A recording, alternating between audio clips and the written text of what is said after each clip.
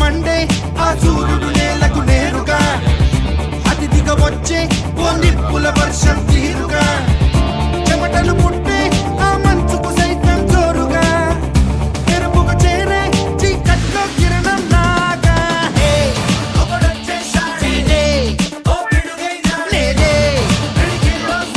బందీ చేసేస్తాడే. ఈ కాలేజ్ పేరు వచ్చేసి ఇది హోండా సిటీ వెహికల్. లోపల ఇట్లుంది. డ్రాపింగ్ ఇప్పుడే కంప్లీట్ అయిపోయింది. పార్కింగ్లో పెట్టిన ఆర్కేపురం. ర్యాపిడో మీద రైల్వే స్టేషన్కి వెళ్తుంది.